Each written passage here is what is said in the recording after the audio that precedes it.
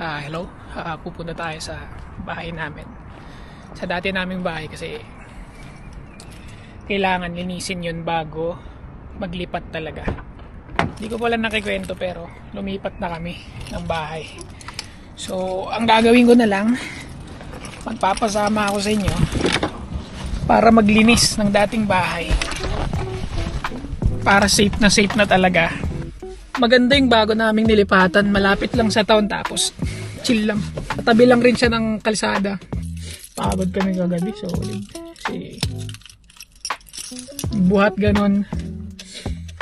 Ang hirap maglipat. Lalo na pag kayo-kayo lang naglilipat.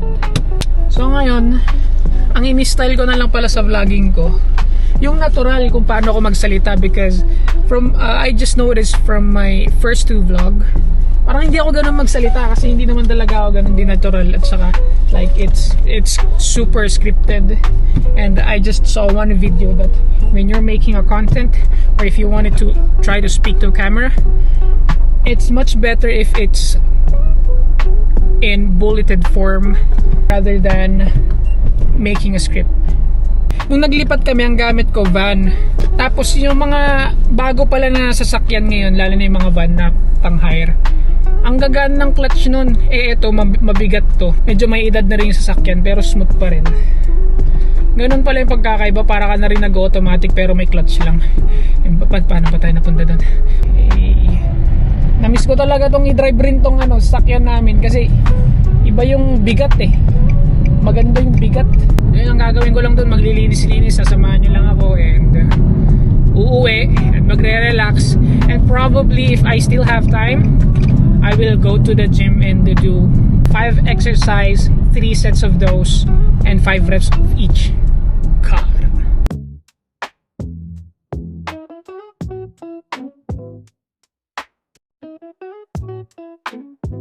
So nandito na tayo sa apartment namin. Diyan na yan. Sa building na yan. Yan. Pagkapunta natin dyan, maglilinis lang, paulit-ulit ako. And yun, kita-kita tayo.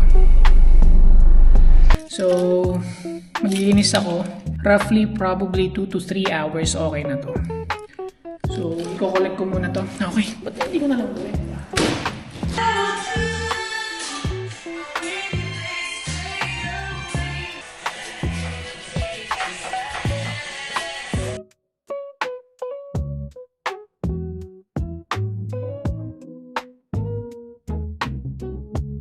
So, punta na tayo sa CR. So, this is what it looks like. Meron mga kung ano na doon. But, not too bad. Manageable.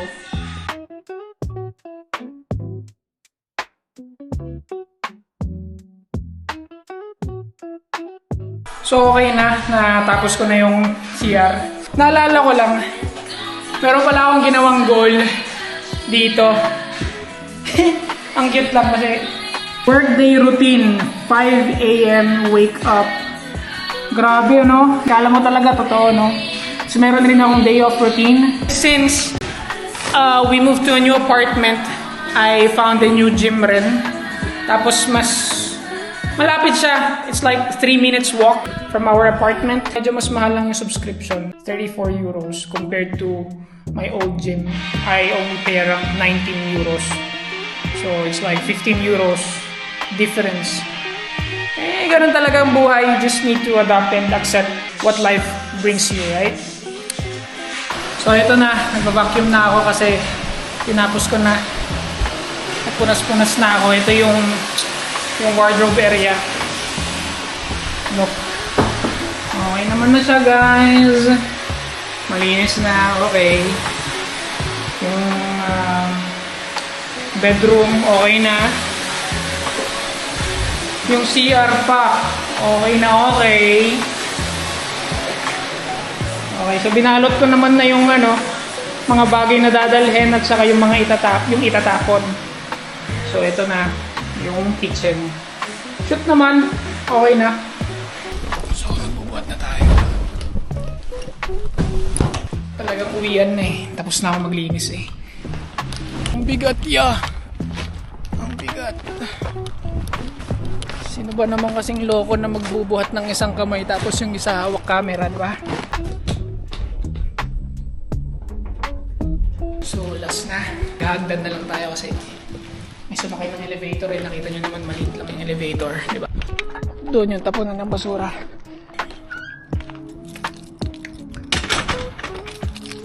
Sinimulahin namin ako. Quick babay lang bago umalis. Yan.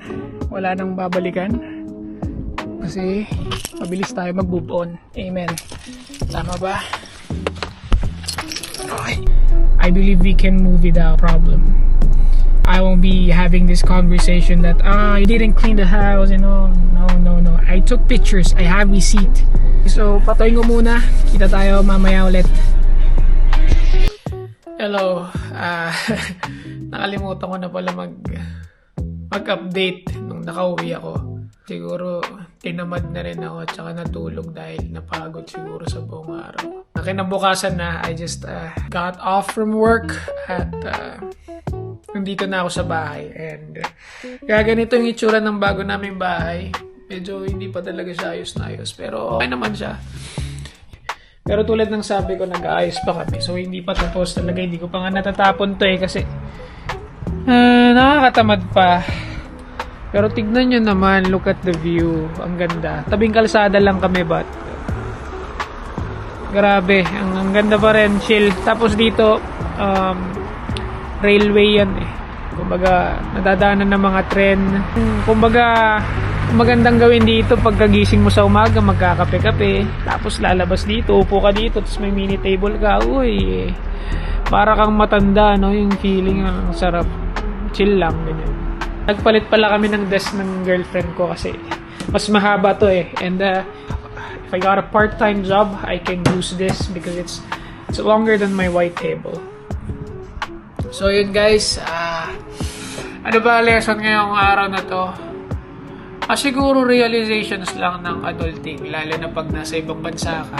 Mahirap yung paglilipat, lalo na wala kang asahang ibang tao. Sabi ko nga, mas peaceful kasi yung buhay kung walang nauobliga o inuobligang tao palaging kinakausap. Kasi madalas, lalo na pag nasa ibang bansa ka, may mga tampuhan, may mga hindi pagkakaintindihan, may pagsasalita kapag nakatalikod ka, which is, there's a lot of drama na unnecessary kapag may mga gusto kang gawing bagay.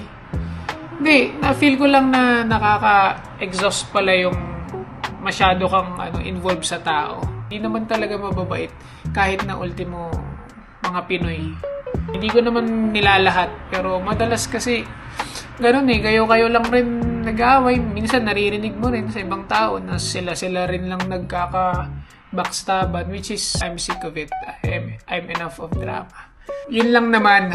So, ang lesson for today, ulitin ko na lang, is learn to be independent even if it cost you a lot of friends in exchange to your peace. Amen. Diba?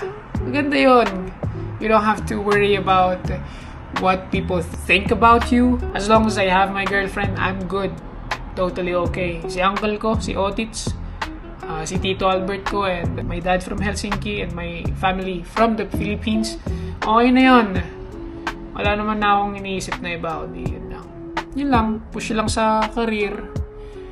And, ganun. So, yun.